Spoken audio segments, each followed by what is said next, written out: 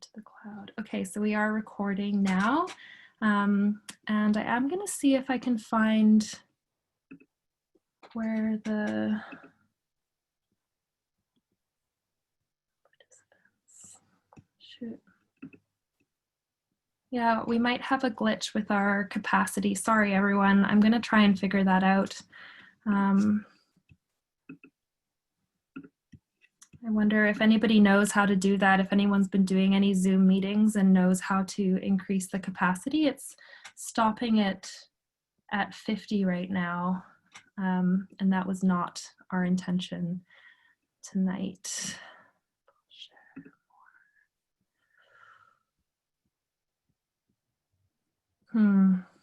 Well, we might have to offer this again if people aren't able to join tonight. I think that might have to be our solution. Yeah. Okay, I'm going to get going, and I think that'll have to be our solution. So apologies if you have friends who were trying to get on who couldn't, and I'll work to offer this again. I think a lot of us are learning. I'm definitely learning as I go with this process.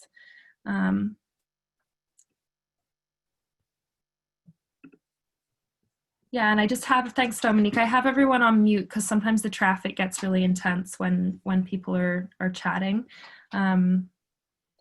And okay, maybe I need to pay Zoom some more money in order to have 100 people. So I will for sure look at that. Okay, so let's get started. Welcome everyone to this online Hives for Humanity Wonder of the Honeybee workshop.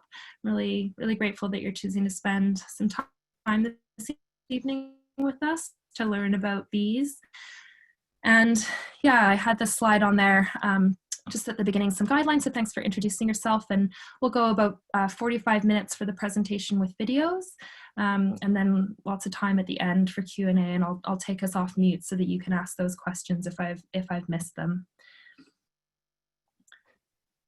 So the first place I'd really love to start with you is by, oh, slides aren't up yet. I have the screen sharing on, so I see your slides, Sarah. You should be able to see it, yeah.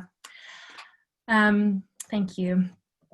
So yeah, wanting to start just by doing a bit of grounding and by imagining a bit that we are gathered together in a garden in Vancouver around a hive of bees and surrounded by a pollinator meadow full of flowers. You know, trying to think about what that feels like in our gardens and what it feels like to be in nature. And really trying to, even though we're online, connect into the land that we're on and really think about what it means for each of us to be here, how we each connect to the land, and how honeybees are an opportunity for that. So in Vancouver, I'm in East Van, and I'm looking out my window at cornflowers and buttercups and people walking by. And in Vancouver, in this city, we're on unceded land of Musqueam and Squamish and Tsleil-Waututh nations. And at Hives for Humanity, working with these honeybees and in these gardens and in the downtown east side, we're always trying to think about how we can give back to that land and how we can honor and respect those peoples and those nations. And the honeybee isn't an indigenous bee to this land. And so always thinking about how it can be an access point and how it can create connection to nature and how it can deepen relationships and build them into relationships of reciprocity. So I like starting with this photo. It's one of our beekeepers, Ian, who works with us at the Hastings Folk Garden right on the 100 block of East Hastings, and he's holding a little honeybee on his finger and feeding her some honey. People often ask us what they can do when bees fly into their houses. And often a bee who's flown into your house is confused and tired. It's not where she wants to be. She's looking for flowers or perhaps water or perhaps the light of the sun. So one of the things that we can do is offer her a little bit of water, and if you have it, offer her some honey or some sugar water, and that might give her the energy to get home. And especially with honeybees, and especially in our community in the downtown east side, where we're working with folks who don't have their own gardens and might not even have their own homes and might have been removed from their land quite violently and are likely experiencing poverty. and also have a deep capacity for care and this like depth of generosity that is extended to the bees and is extended to the plants. And so why honeybees? Why do we work with honeybees? Really at that heart of that question is the connection that they offer to land and to food and to community. And so when you are around bees, really thinking about how you're moving and how you're interacting, and how when you come into connection with bees, how you are in communication with them, especially with the honeybee, who is a social bee and communicates in a vast array of ways, including dance and including smell and including vibrations. So this is me from another time, and I wanted to kind of do that work of imagining that we're gathering around a smoker.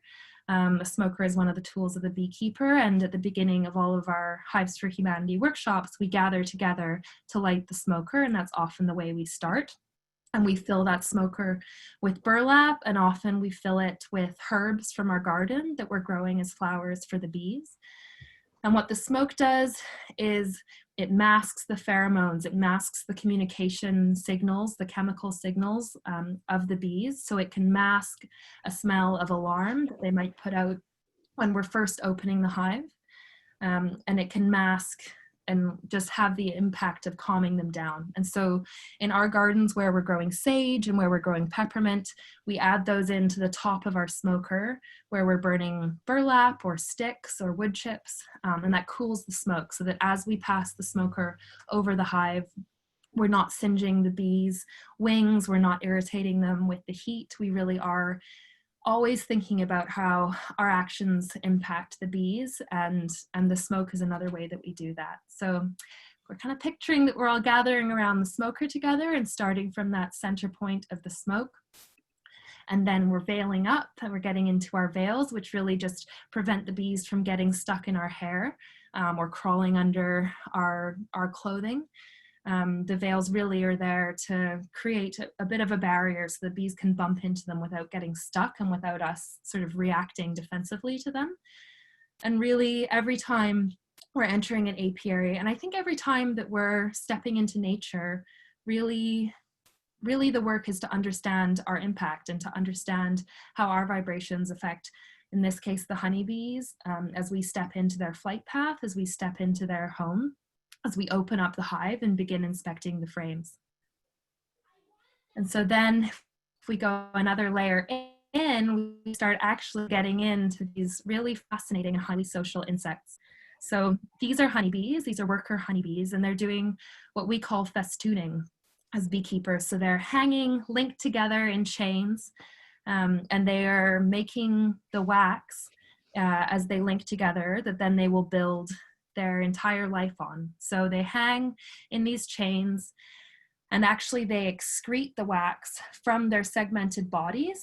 So they push the wax out and then they move it up and sculpt it into the hexagons that we might be familiar with, that are one of the strongest shapes. Like they are built to carry 20 times their own weight. So 1 pound of wax stretched into hexagonal comb, overlaid like a brick wall. 1 pound of wax can hold 20 pounds of honey. And these bees are very hard for that wax. They've voyaged out, they've traveled out flying on their foraging trips to plants. And for every 80,000 kilometers that they fly, they might make a teaspoon of honey. And out of that teaspoon of honey, they might convert it into 1/8 of a teaspoon of wax. So wax is a real concentration of the energy from the sun through the plants to the nectar that the plants produce, to the honey that those bees make from the nectar, and then to the wax that they use. So it's a real investment that the bees make in the wax. And so as beekeepers, we want to be really careful about how we treat the wax and really working to save all the little pieces for making candles or lip balms or shoe polish or whatever you might want to do, sculpture art, I don't know. And really saving every drop of honey, because we know what a huge amount of work that we've done as beekeepers, what all the gardeners have done, and what the bees and the flowers have done as well. So if I move through, now we're actually looking at those hexagonal combs that the bees have built. And I hope you can all see the colors on this because they're really quite diverse. And this is all different pollens from bees in Vancouver. This was a colony that I was inspecting 2 weeks ago. Or no, this was a week ago in False Creek.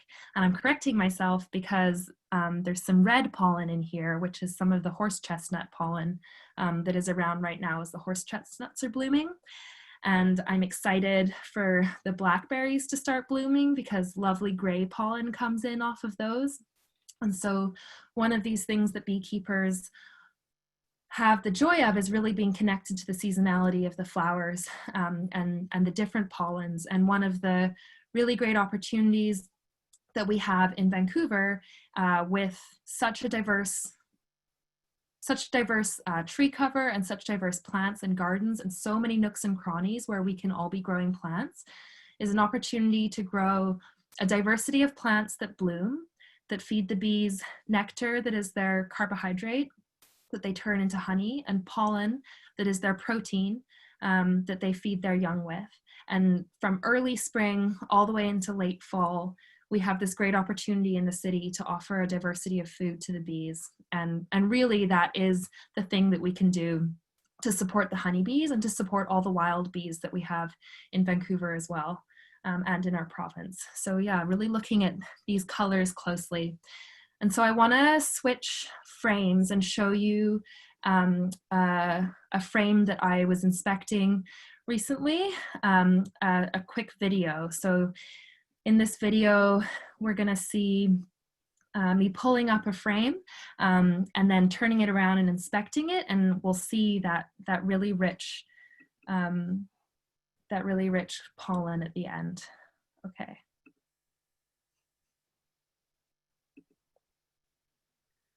So there's my hive tool in my hands from that False Creek hive, and always moving slowly to pull the bees up.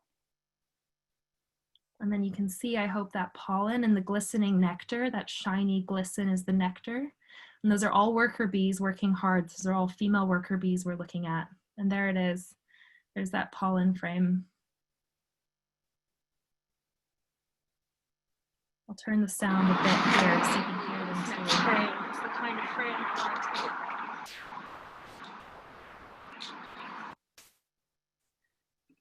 Okay, and then I'm gonna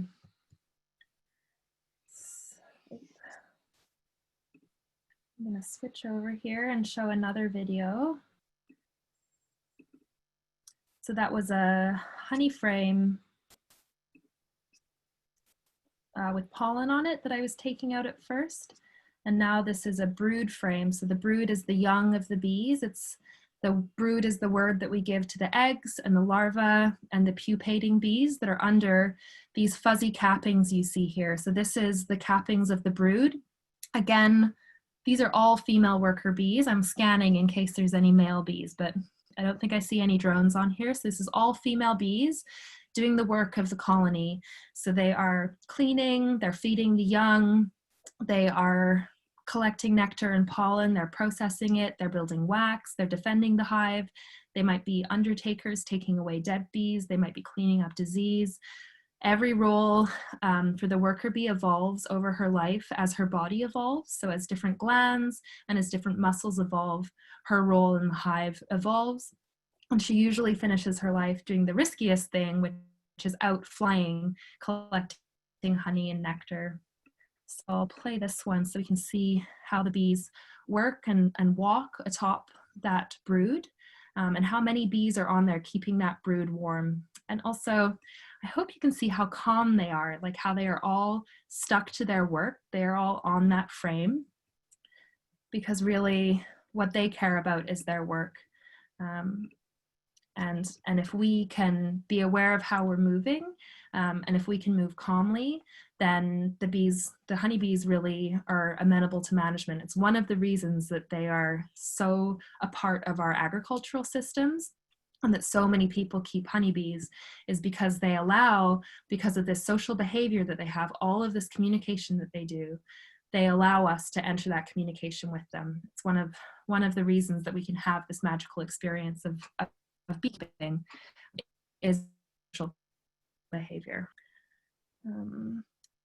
So this is one of our apiaries. This is actually the first apiary that we built in the downtown east side. So just to zoom back out and kind of see these bees flying and the smoker in action with two of our community members. This is Jim here inspecting a frame, and Ian, two of our community beekeepers, surrounded by all of these vines of the Hastings Folk Garden, which is right on the 100 block of East Hastings beside the supervised injection site.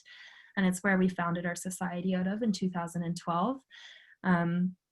You know, there's so many nooks in this city. There's so many spaces where we can be supporting nature and supporting community and coming in.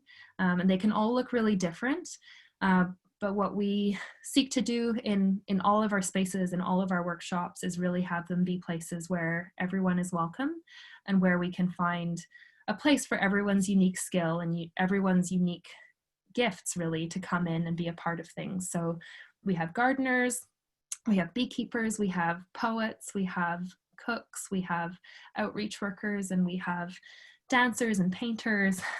We have queen breeders and honey labelers. There's really a space for everyone when we set that intention and where we value what everyone is bringing. So this is another location, looks quite different. It's also downtown Vancouver. This is in partnership with the Downtown Vancouver Business Improvement Association and the Parks Board.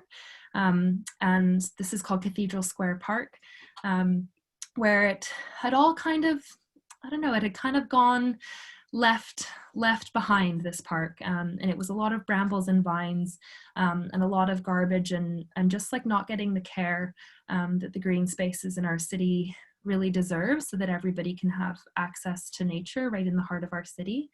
But through that partnership, we work to revitalize that space and do things like work with artists. This was an artist, John W. Sam is his name, who gave us wolf on this hive here, and this is eagle's wings here to protect and honor this apiary. And we built a meadow at the back, and we teach workshops here in usual times.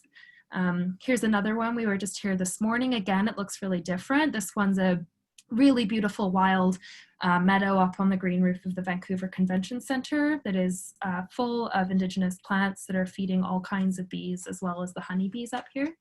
And here's another one. This is the Dunbar apiary before. This is actually, I think, installation day when we were shoveling and digging, and what the bees' hives looked like last season when they were really in full steam. So what we're looking at here are 4 colonies, and each colony has its own queen and is its own superorganism.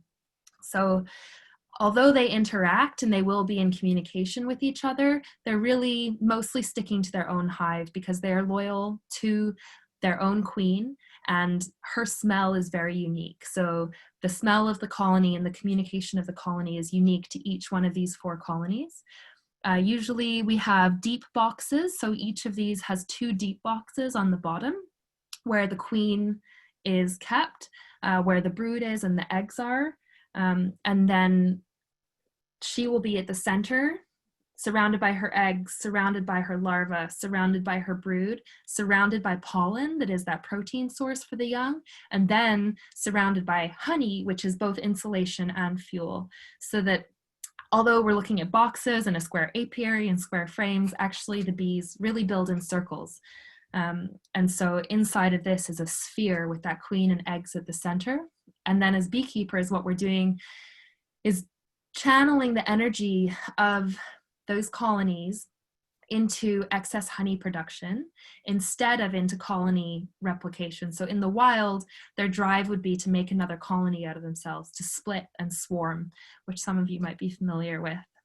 And I'll talk a little bit more about in a few slides.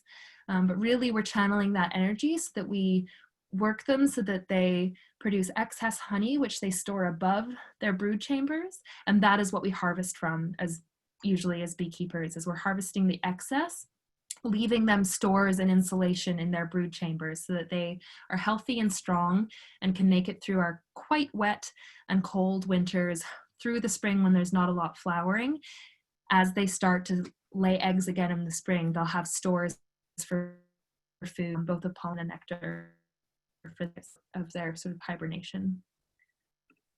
And here is the beekeeping team at Dunbar. Diane, who's on the call, and I don't know if any of the rest of you are, but this is one of the clubs. This is the club at Dunbar, and one of the spaces where we've supported community in really developing their own space. And I'll share the email and the contact for that at the end of the presentation if anyone is in that neighborhood and wants to connect. I wanted to show a picture again of what our sort of usual workshop might have looked like. Although, you know, I feel us all kind of gathering around our computers the way we gather around the hive, and this like circle can happen, I think, online as it does when we meet in person and as the bees do within their hives. So all kinds of folks coming to this is again the Hastings Folk Garden in Bales, gathering around this center point, which might look a lot like this depending on the frame we've taken out. But similar to the frame I was showing earlier, and so maybe some of you are seeing this by now, this is a brood frame. So where my cursor is moving, this is the capped brood. Under these cappings are pupating bees, and they'll start as an egg. They'll get fed royal jelly, they'll develop into larvae, they'll right themselves, and then the other worker bees will come and put that cap on, and that cap protects and allows them to pupate underneath. And worker bees, the female bees, after 21 days, they will emerge and they will chew themselves out of their cell, and then they will kind of dawdle around a bit as they orient themselves, and then they will probably get greeted by one of their sisters, and then they'll get straight to work cleaning hives. So I want to show you a video of a worker emerging. Let me share. Okay. So here she is. This is the one to watch. Here you can see a bee who's turned around cleaning one of the cells. And here you can see other worker bees, so keep an eye for them coming over to greet this bee as she emerges. And I think we get to see another one kind of working here. So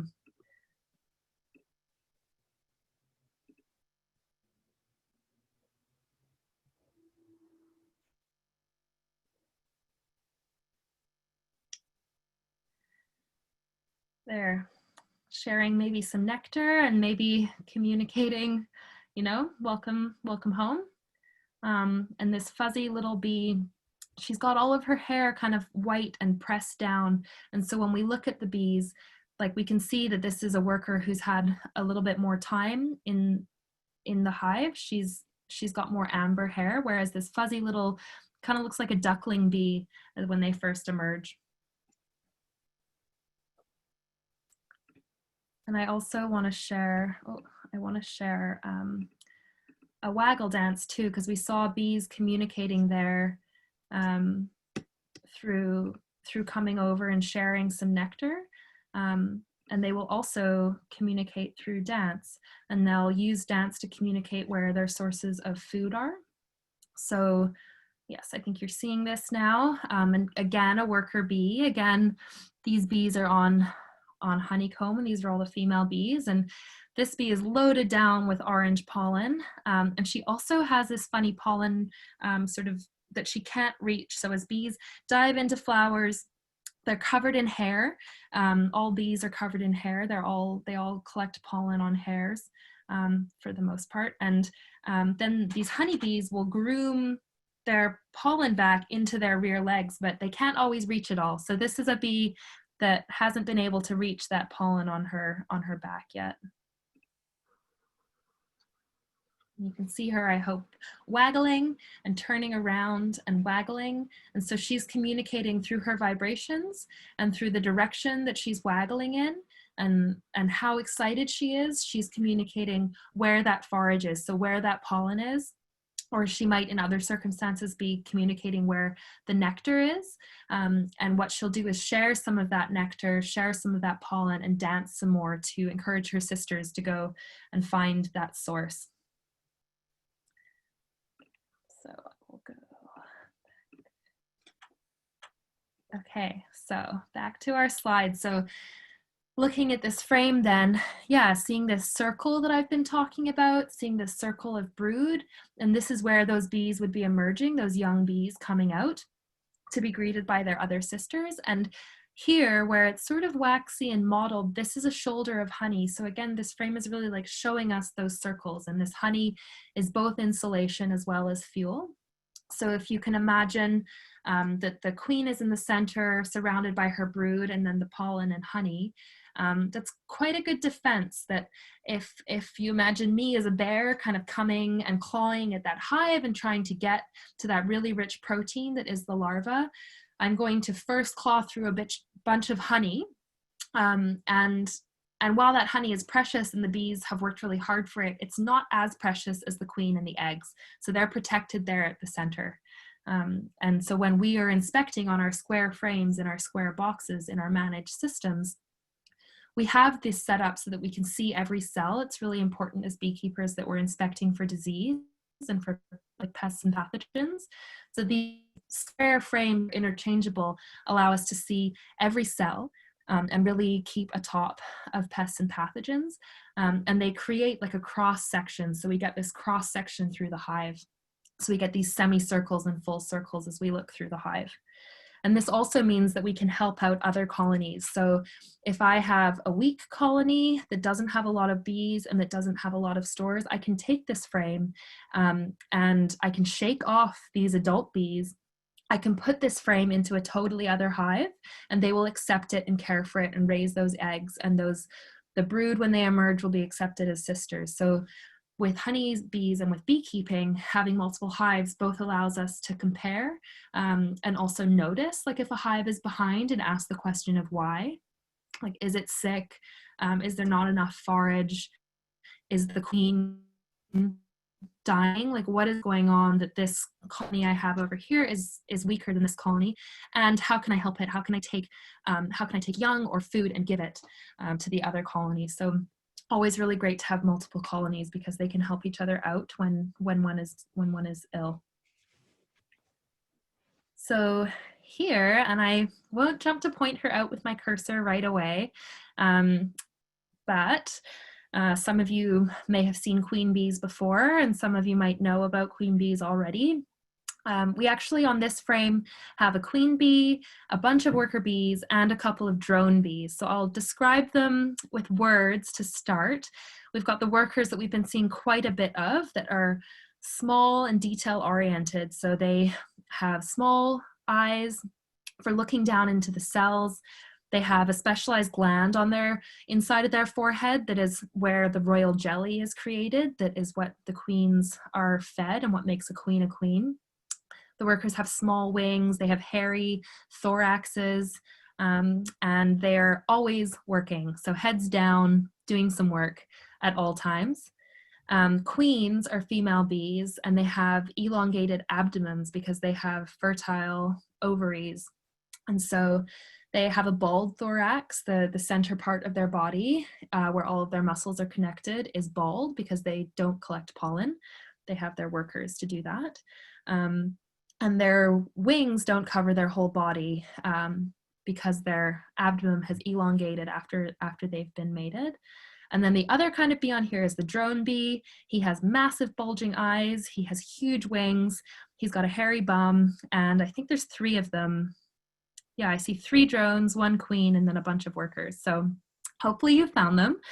Here's our drone with his big hairy eyes and his huge wings, big body. Here are workers working, talking, heads down, working, cleaning, and grooming the queen, who in this colony is marked yellow. So that's a mark that we give as beekeepers because it helps us see the queens quickly when we're inspecting. And it also tells us what year they were mated in so that we can track how old bees are in a color system. So we'll color them a different color every year. And I can show a couple of videos of queens, and then we can talk a bit more about their biology and about how they operate in the hive. I always have dreams about queens after I get to see them. We don't always have to see them when we our beekeeping, because what's really important is to see the queen's eggs actually. So if we see her eggs, we know she's there. If we have a calm colony, we know she's there. And it's when we don't see eggs or where we have a colony that is irritated and loud and fanning that we start to question if there's a queen there. So let me share. So this is a video. I love this video. I get really excited about it. And before I press play, I'll just point out these eggs on here, which will get a bit more clearer after I press play. But in each of these cells, there is a bee egg. And these are worker-sized hexagons. These are worker-sized cells. So each of these eggs is a fertilized egg that will become a worker bee.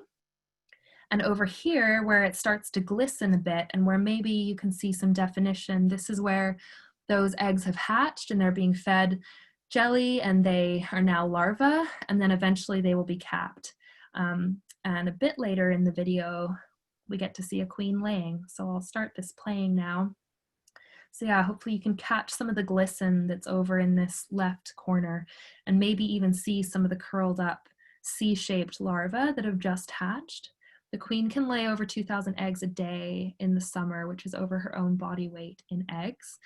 And there she is. So again, I'll leave her for you to spot. Her abdomen is in the cell right now and her attendants are gathering around her. And then she will look for another cell, feel it for the size that it is with her forearms and look into it to see that it's empty, and then reverse her abdomen back down. And the worker bees really go in and love her smell when she's doing that. So they are all touching her and gathering her smell because that is a smell that says she is fertile and that they will spread throughout the colony. And she glistens, and that's her pheromone on her body. So she leaves this like scent trail throughout the hive as she moves. And I'm going to share one more of a queen, another queen that has a really strong retinue. So we call that group of bees that attend the queen, we call them her retinue. And those are the attendants that groom her and that care for her, that even carry away her poo, that really do everything for her. The queen's job, after she has been mated and returned successfully to the hive, her job really is just to lay eggs. And the workers are telling her what kind of eggs to lay by the size of cell that they make, small cells for the workers and bigger cells for the drones, and really huge cells if they want her to make a queen. So this one's marked green, circle of bees around her. Leave the sound on.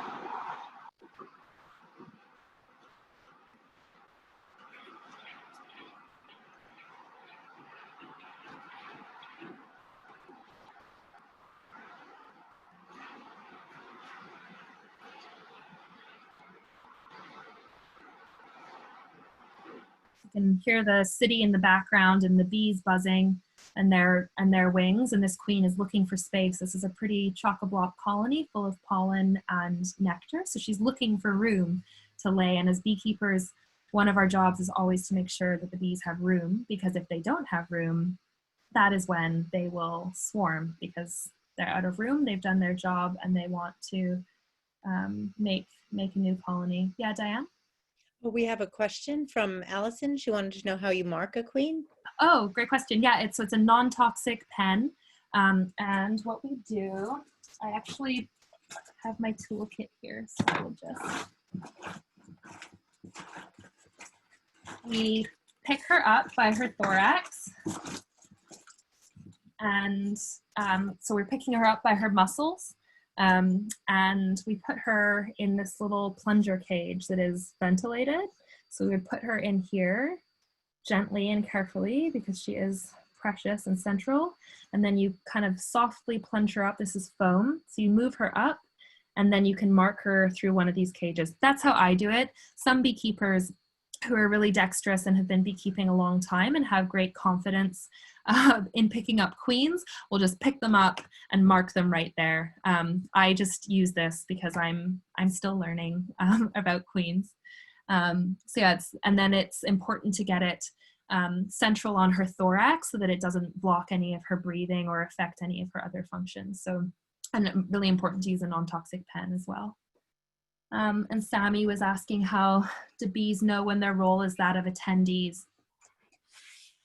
They all love the queen, and the attendees will change over time.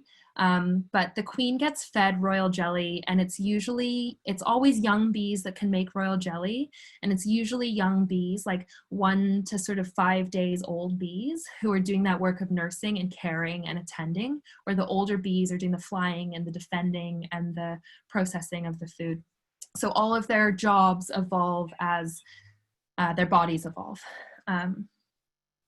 And Alexander's asking if a queen stings. Yes, okay, I'm gonna go to the next slide. She does sting. She has a different stinger than the worker bees. The worker bees have barbed stingers, which means that when they sting you or when they sting mammals, their stinger gets stuck in your skin, and as they pull away, their entrails are ripped from their bodies, and that venom sac will stay and keep pumping venom into you. So if you have been stung by a bee, if you are acting like a darting bird or a rampaging bear, or if sometimes you just make a mistake and you squish a bee and she stings you, you'll know it's a bee because you'll be tagged with that venom sac and that stinger, and you want to kind of scrape it out to remove it.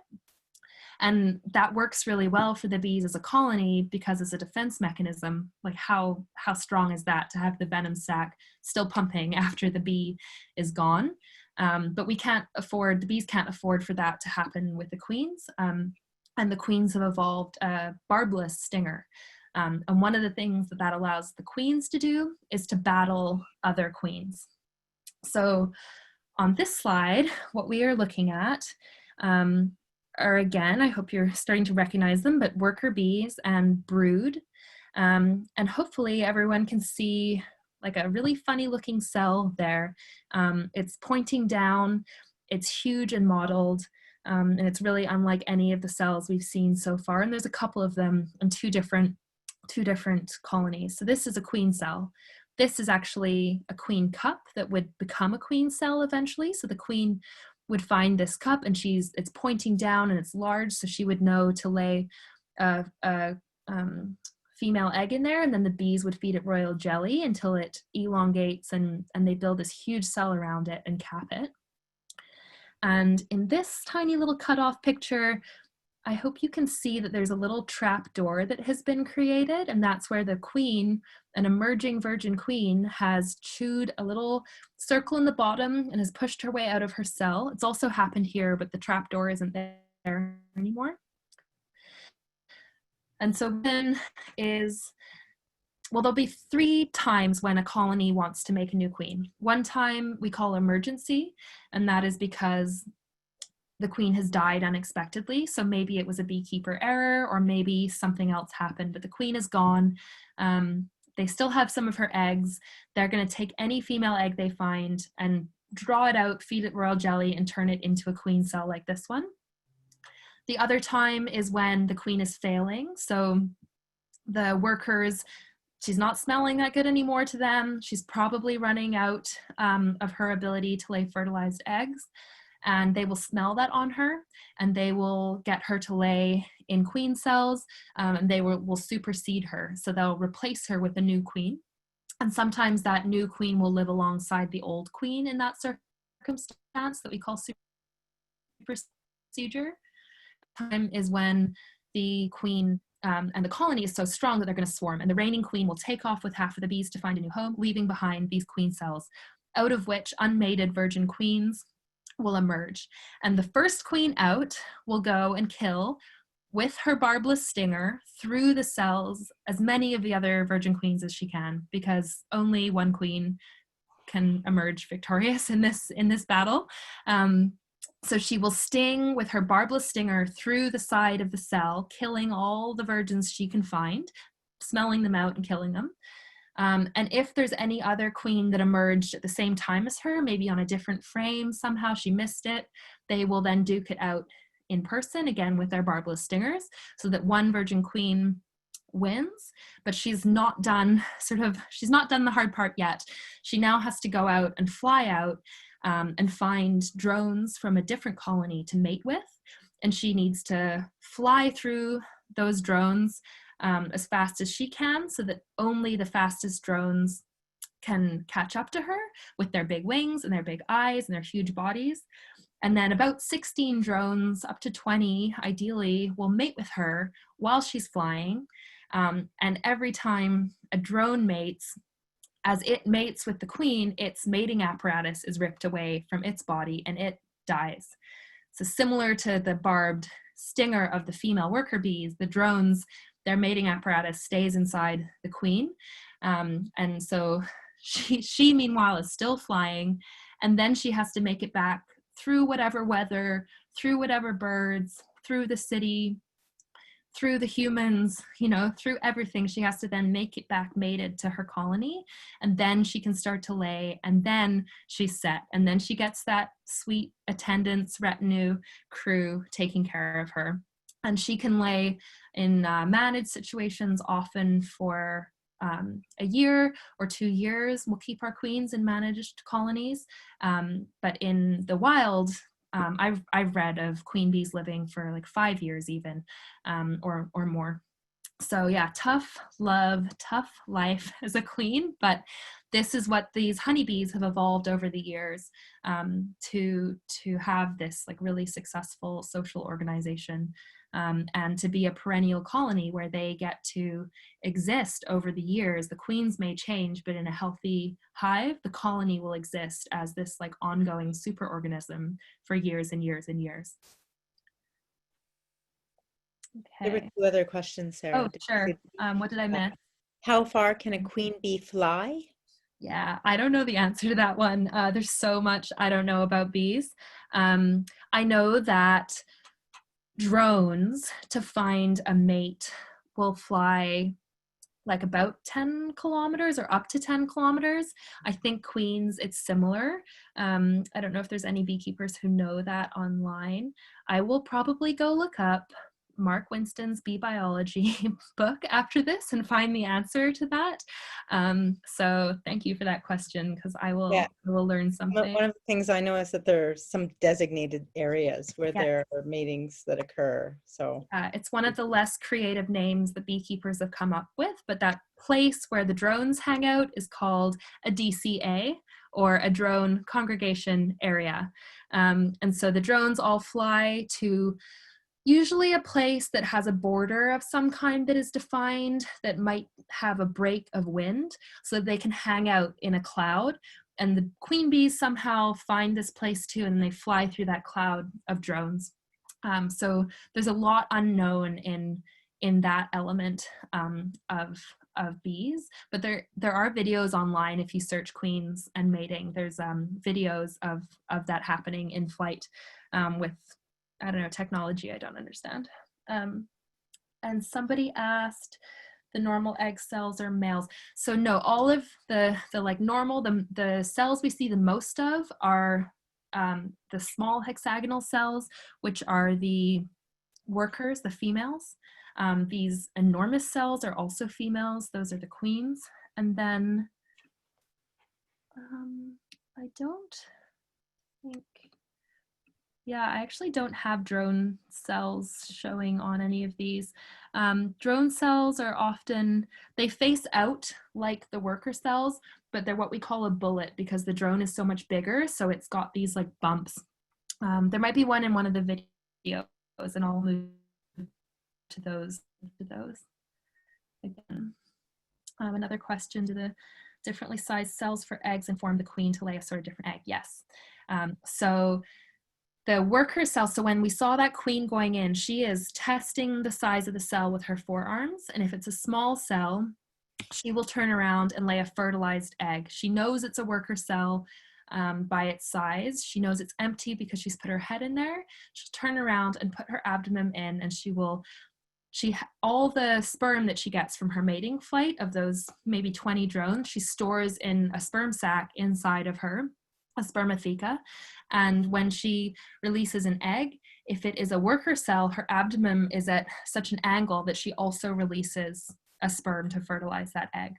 And if it's a drone cell, a bigger cell, her abdomen ends up being at a different angle, and that sperm does not get. So it's all about the hexagons that the workers are creating that tell the queen what kind of egg to lay based on the angle that then her body makes. So it's this like combination that I am not crystal clear on, of physiology and chemical communication, like physiology of the queen's body, as well as then the sort of like the physics of the angles of the hexagonal cell. So it's like a 80% answer to your question, because again, there's like so much unknown for me about bees, and this kind of, yeah, just a wealth of richness of their behavior. So I think your name is probably pronounced Pre, is asking if you're a beekeeper and you think you've lost your queen, you don't see any larvae, what do you do? You can buy another queen, yes, and then you want to be careful about how you introduce it. You can wait for that colony. You need to make sure they have eggs, and then if they have eggs, they can make their own queen. But anytime you have a colony that is in trouble, it looks weak, you're not sure if there's a queen, you can, feeding them helps. So giving them a food supplement like sugar water and a pollen supplement, and also giving them eggs and brood to take care of, because the brood will emerge and then you have a whole generation of young bees who are ready to nurse and care and work in that colony. And if you have eggs, they can make corrections and make their own queen. We are actually doing a queen workshop, a queen specific workshop on Thursday. So check that out for more detailed answers on queens. Oh, I love all the questions. Thank you. Allison is asking what the difference between a larva cell and a cell to store honey. It's positionality in the colony. So the honey is stored on the edges, and the larva and young are stored in the middle. However, that can change. The bees will move honey around and they'll move pollen around, and the cells will change their function. Although usually a brood frame stays a brood frame because we keep it at the center. As beekeepers, we're really trying to keep the pattern of like the sort of the internal geography of the hive the same. So we're not going to do a bunch of switching frames when we're beekeeping. We're going to try and always put them back in the same order, because the bees do have this like chemical map, this understanding of where everything is. And Sammy is asking, what age do brood graduate to be workers? So the brood, if we look at worker bees, their eggs, for 3 days, they emerge into larvae. They begin to pupate and they emerge on the 21st day, and then they're workers right away. There's like not a lag between emerging and working. And then they'll live about 45 days, depending on the time of year, as workers. The drones emerge on the 24th day. They need a bit of extra time because they're so enormous. And then after that 24th day, they mostly go right to eating and getting strong, until they're ready to fly and mate and die. And depending on the weather and the time of the year, they will live for a bit longer. They're quite an investment for the hive, so they might live up to 60 days, depending on so many factors, but they can live longer. So yeah, it's like as soon as you're out, you're working. So I wanted to show some more photos from our workshops and from our programming, and just share a bit of the social side of what we do at Hives for Humanity. These are some of our volunteers in the downtown east side. This is Kevin working with me in the background at a workshop we did at Cathedral Square. Again, showing a really lovely frame here with so many bees and just all calm and down on their frame. And Dennis, who's one of our gatekeepers at the Hastings Folk Garden. Dennis volunteers a couple of times a week, and other community members volunteer as well to open that garden up. And they're is just like medicine and green space growing in that garden right on that 100 block. And it's folks like Kevin and Dennis and Flo here who tend the garden and who tend the bees and who keep it a safe space for people to be in. And yeah, this is Flo, who's holding one of our honey flights. And Flo is on our community engagement committee and is also one of our board members. As a nonprofit, we have a board that governs our operations. And if you've been to our workshops, you may have met any of these folks, but always wanting to bring them along. And one of the things we're doing in this time is offering these recordings and offering these workshops in-house as well, so that we can keep learning and keep working with our community members. So supporting in the education and the workshops and the governance is one of the roles that our volunteers have. Another is like the physical gardening and the watering and the beekeeping and the honey extraction, and also some candle making. So this is Fraser, one of our members, pouring candles, which is one of the products we make as social enterprise to create funds to support our free programming in community. And just another aspect of beekeeping that is really lovely, and this like super valuable wax that is such a beautiful energy source. These are some more of our members, and this is in space I was showing, Cathedral Square. So and Eli and Kevin and Dave are here, and this is Cathedral Square downtown, which I showed earlier, which now looks like this. And so I like showing this photo because I think there's all kinds of spaces in our city that look like this, and often they're fenced off, and often they're seen as problematic, where actually they are like incredible opportunities to welcome people in and to create forage and habitat for all kinds of pollinators, including the honeybees, which that apiary is down there. So that was I showed it earlier. This is the same scene, and that's the meadow we have at the back there. And really just, you know, a diversity of colors planted in clusters with patches of open wood chips here. These are the kinds of spaces that create undisturbed habitat for all kinds of pollinators and create really diverse forage for all kinds of bees, including our honeybees. And when we do this work together of building these spaces that have diverse forage, we get diverse pollinators. So in BC, we have, well, in the world, we have 20,000 species, unique species of bee. There's 7 species of honeybee within that, and many subspecies. So our honeybee that we work with, Apis mellifera mellifera, is one of 20,000 species of bees in the world. And then in British Columbia, we have 463 species, unique species of bee. And I'm not counting the honeybee there because she is not indigenous to this land. And in Vancouver, there was a count done in the early 2000s that counted 56 species of bee in Vancouver alone. So each of these bumblebees are different species of bee. This is a yellow banded bumblebee, and here's yellow banded and an orange banded or orange bottomed, I think is this one. And this is what we get when we have this like diversity and when we really plant and celebrate for that diversity. So this is one of my favorite flowers, the pink cosmos with some peonies coming up in the background. And so really, you know, people ask what they can do, and really it's plant things that flower, whether it's trees that flower or shrubs that flower or herbs that flower, letting some of your carrots go and let them flower. Anything that you let flower pretty much is going to feed something. And we really first need forage and undisturbed habitat. And if we can be doing those two things together, especially in these spaces that don't really have much going on, that can be so much more, and then can be a space where all kinds of people can come and gather around and get involved and take responsibility for our relationship with our land and work to have it be one that is respectful. Because I think as many of us are experiencing in these times when we're not able to gather as usual, the land and our food and nature and our gardens are one of the things that are really offering grounding. Okay, so I wanted to show 2 bees, different kinds of bees that we made.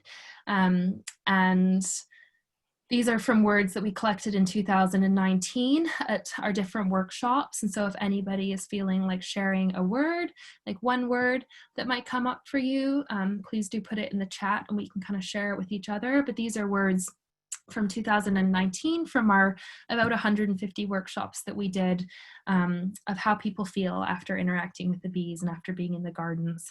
So excited and sweet and calm and community and connection. And this is one from the year before. And again, it's like community and calm and sweet and cool.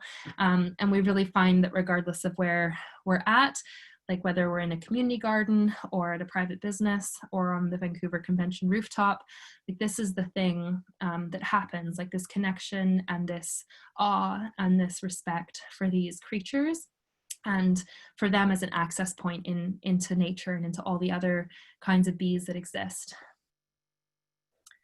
So I will open up again to questions, and I see there have been some, but I just wanted to put it on this slide for now in case these are any of your questions. These are some of my favorite resources, and I tried to pick local ones as much as I could.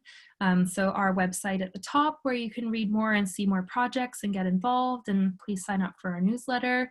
Or if you're on any of the social media, we can interact there.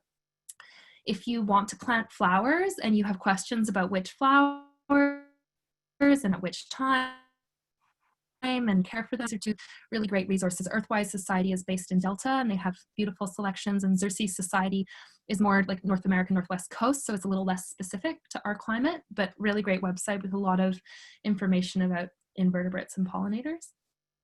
These are three top favorites that are local. Bee Friendly is in North Vancouver, EYA is in downtown Vancouver, and the Native Bee Society, a new society looking at BC native bees. And all three of these organizations have really great resources, including a pollinator guide that EYA made that is super beautiful and downloadable for free, and a lot of information on their site, as well as on the Bee Friendly site for IDing bees in your backyard. I also came across these pollinator coloring sheets recently, and they're affordable for download. This is a project, I actually don't know where, I think somewhere in the States, but if you're looking for coloring, if you enjoy coloring, some really beautiful pollinator sheets. And then, as I mentioned, the Dunbar Club, and Diane, who's been helping me on the workshop tonight. That's the email to get more involved there. And if you want to get more involved with Hives for Humanity, we have a contact sheet that will come to me off of the website. Yes, I will send out an email with these links, and also an apology to people who couldn't make it in, and we will reschedule this for them. So I will put all of that into one email and send it out to the list. And I will leave it here and get back more into some questions. If you can stick around, we have gone a little over the hour, but I'm really happy to stick around. There were so many good questions inside. So yeah, this is another shot from our folk garden with foxglove growing tall here, and this beautiful empress tree. This is our downtown east side central place, and yeah, thanks to Dunbar Community Center, who have been beekeeping with us for 4 years, and to the neighborhood small grants and the Kitsilano Neighborhood House, who supported us moving this online from what would have usually been a gathering around the hives. So thank you for comments. I'm scrolling back. Sammy had asked, oh, big black bumblebees, yeah, and a yellow dot on their back. I would go to one of those resources. I don't know what species it is. There's so many. I definitely don't know the Latin. They're often just named for what they look like, but especially that resource, Bee Friendly, has really great ones for here. Yeah, conflicts between nonprofit bee organizations and private hive providers, growing bee density, driving out wild bees. This is an issue anywhere where forage is not adequate. So it's really why we try and we always grow gardens around our bees, and we have a seed library where we share seeds that are pollinator friendly, and really always encouraging people that the first thing to do is plant. If you want to save the bees, that is what to do. And if you want bees in your yards, they will come to you if you plant food for them. So We work really closely in Vancouver with the beekeepers who may have private hives, and we try and work from a place of collaboration, and not from conflict. That's always the ideal and always what we're going for. But we also demonstrate those ethics by always growing food for the bees, and always trying to keep undisturbed habitat as well for the bees wherever we put in our honeybees. So if there's enough food, all of the bees can work alongside each other, and you'll see bees like a bumblebee and a honeybee and a tiny bee and a sweat bee all on one plant. But if there is not enough food, if we have dearth, then the honeybees, because they are so highly social, can outcompete the wild bees. So it is a problem where we have dearth. And also because the wild bees are about 90% solitary, if they are impacted by us destroying their habitat, by us using harsh chemicals in our gardening or in our agriculture or in our apiculture, they don't have the resilience of the social organism. So it's harder on them as solitary bees. And so really, yeah, undisturbed habitat and forage is always the first thing, not using chemicals, and moving away from monoculture systems. So yeah, plant flowers. But yeah, thank you for that question, Allison. And what else? Specific flowers, yeah, go to those. Honestly, like, I think plant what you want to use, like plant mints for making tea, plant chamomile for making salves, plant peonies because they're beautiful, plant poppies because they're wild, plant apples because you want to, trellis them. Most things that you plant are going to feed the bees. Where we have dearth is in the early spring. So if you can find things that bloom in the early spring, like crocuses, the honeybees I often see on crocuses, and the bumblebees. If you can plant things that bloom early, or like yarrow, which is a beautiful open bloom. And if you can plant things that bloom late, like lots of the sunflowers and aster family, then you're kind of boosting the cusp of the seasons. There's so much in the middle of summer. So that's what I would say for that, like finding flowers that bloom early and late. Oh, in Argentina. So cool. Okay, he does 1 worker make per day. In her lifetime, she'll make about a teaspoon, which, yeah, it's really precious, that honey. It's a lot of work. And seeds for the flowers for bees. There's so many places, depending on where you're living. Try and buy seeds that aren't treated, like go organic if you can, and find seeds that aren't treated. West Coast Seeds is a really great resource. And they also make donations to our seed library. So also there are free seeds at the Downtown Eastside Seed Library. And currently what we are doing is mailing seeds to people. So if you're in a spot where you can't find seeds or perhaps can't afford them currently, you can email me and I will mail you some pollinator friendly seeds. So you can find my email through the website, and if you're comfortable giving your mailing address, then I will send you some seeds. Oh yeah, there we go. Somebody else just recommended West Coast Seeds in the chat, and I can include that when I send it out again. Okay, so I think what I will do is I will unmute everyone, just to hear voices and say hi. And I might play, if there's not more really burning questions, I might play an outro video. And just to say again, yeah, we recorded this, so I'll send it round. Also, not everybody that signed up could get in, which I do apologize for again if you had friends, and I will send out that through an email and reschedule for all of those people. And thank you for learning with me as I go. And yeah, I'd love to be in touch in the future. So I want to show you.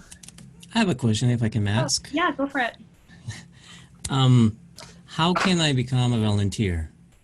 Oh, definitely email me. Things are like different right now, but we are really lucky in that we get to work outside, and we do have some sites where we're going to need some hands turning over some grass into pollinator friendly bee turf, and looking to create a new orchard at one of our sites, and we're working with the Downtown Eastside Neighborhood House at the Astoria. So there are opportunities that will be coming up. If you can find the website, Oh my god! and I'll add you to our list. And we'll It looks so real. also sign up on the newsletter because that's what will send things like this around. But thank you for that offer. And always what I love to hear is like if you have specific skills. Oh, it's my baby. I have another question, if I may. Yeah. How, if I would ever want to become a beekeeper, how would I do this? What would be the process for me to start? That's a great question. Thank you. If you want to become a beekeeper, I usually say a couple of things. One is do workshops like this. Two is join a beekeeping club. The closest one to me is the Richmond Beekeepers Association, but usually there'll be a club in your community if you search like your community plus beekeeping club. Because that will connect you into a network of beekeepers, and beekeepers are lovely and supportive and love talking bees. So you can share questions and share your trouble hives and get access to a lot of resources that way. The third thing is if those workshops are going well and you're feeling like you really want hives still, then definitely take a course. There are online courses during this time. There are courses out of Urban Bee Supplies. The province does a free course as well, or it might not be free. There are courses. Take a beginner beekeeper course and get your hands on some bees before you purchase them. And yeah, if you decide you don't want your own hives, then just stay in touch. We do a lot of free programming and community programming, and always love to have you there. And you can I do come believe volunteer out in there's Dunbar too. Yeah. You can come there's volunteer. one. Sorry. Oh, if you're out in Dunbar area, you're welcome to come volunteer with us and learn beekeeping sort of on the fly. Is there also one in Surrey? Yes. Yeah, there is. Yeah. Yeah, great question. How to become a beekeeper? Definitely get your hands in first. And I also would say, like, if you ever are asking a beekeeper to teach you, I always encourage people to like think of what you can offer. Like maybe you're gonna lift things, maybe you're gonna make muffins, or bring carrot sticks. I don't know, but like thinking about what the exchange is when you're asking a beekeeper to teach you. You have a fucking privilege to see me. I'm gonna play this little outro video. Take care of me. Thank you again, everyone, for joining. Thank you. Yeah, and thanks for your questions and your participation. So this is bees, so much pollen in their little pollen panniers. These are all worker bees. Many of them have their abdomens in the air, and you can even see this gland exposed. This is the Nasanov gland. And when they lift their abdomens, they expose that gland, and then they fan their wings, and it's a homing beacon to their hive.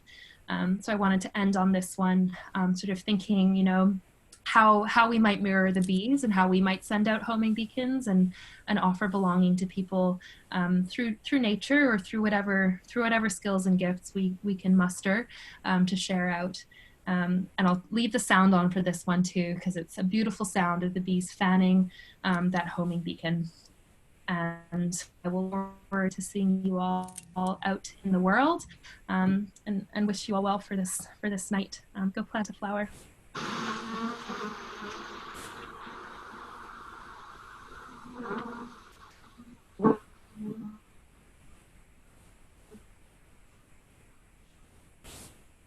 Okay.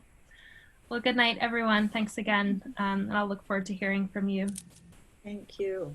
Thank you very much. Much appreciate the time. Bye. Bye. Bye.